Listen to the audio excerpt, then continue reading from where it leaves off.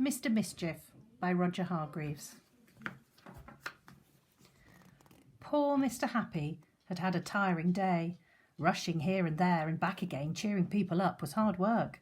Phew, he sighed as he went into his house and sat down for a well-earned rest on a kitchen chair. But then, do you know what happened? It fell to bits. Bump, went poor Mr. Happy. That's all I need, he said. I rather think that I have had a visit from Mr. Mischief. And he was right. Outside Mr. Happy's house, and running away as fast as his little legs would carry him, was a small mischievous figure.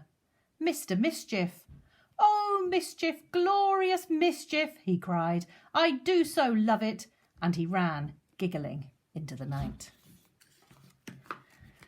The next morning there was a knock at Mr. Greedy's door. He went to answer it, and there was no one there. But what was there was a box. And inside the box was a large chocolate cake filled with cream and with the most delicious-looking pink icing. Mr. Greedy's eyes gleamed. He licked his lips and shut his eyes and opened his mouth and took a large bite. Ugh! The chocolate wasn't chocolate, it was mud. The cream inside wasn't cream, it was cotton wool. And that delicious-looking pink icing wasn't icing at all, it was toothpaste.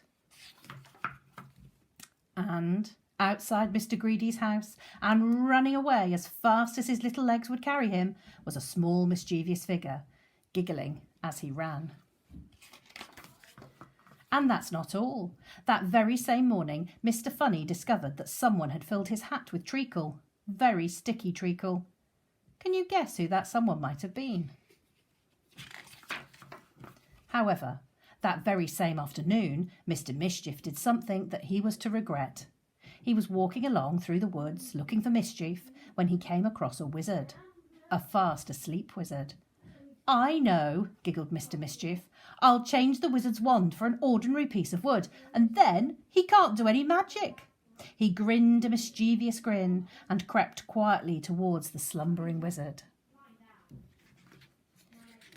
Mr. Mischief reached carefully out and seized the wizard's magic wand. But what he didn't know was that wizards' wands don't like to be seized.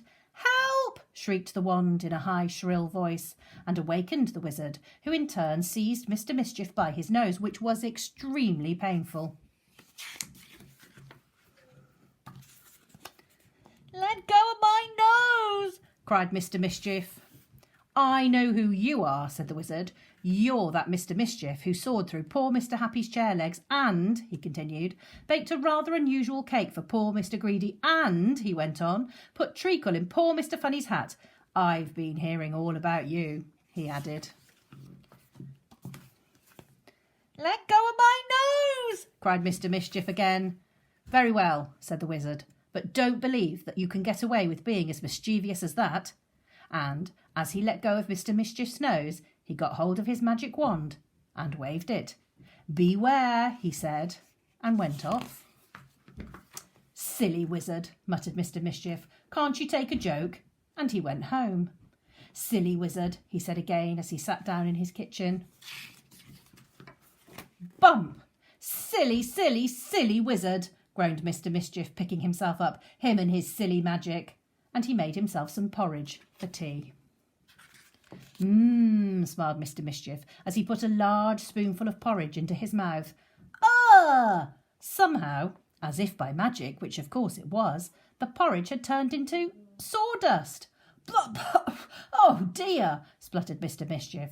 Perhaps I had better not get up to quite so much mischief in future after all. And he went upstairs. He jumped into bed. Splosh! The bed was full of raspberry jam. Ugh!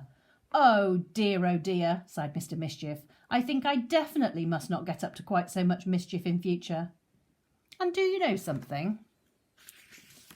The day after that, he was as good as gold. And the next day, and the day after that, it lasted all week. And then that old mischievous urge got the better of him. He just couldn't help himself. It was Saturday night. He crept into Mr. Fussy's house when he was fast asleep. And can you guess what he did? Oh, what a beautiful piece of perfect mischief, he cried as he ran giggling home. He had cut off half of Mr. Fussy's moustache.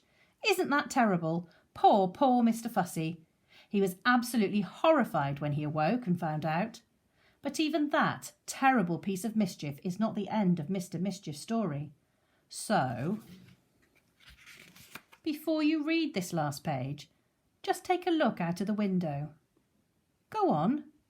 You can't see a small mischievous figure anywhere about. Can you? Are you sure?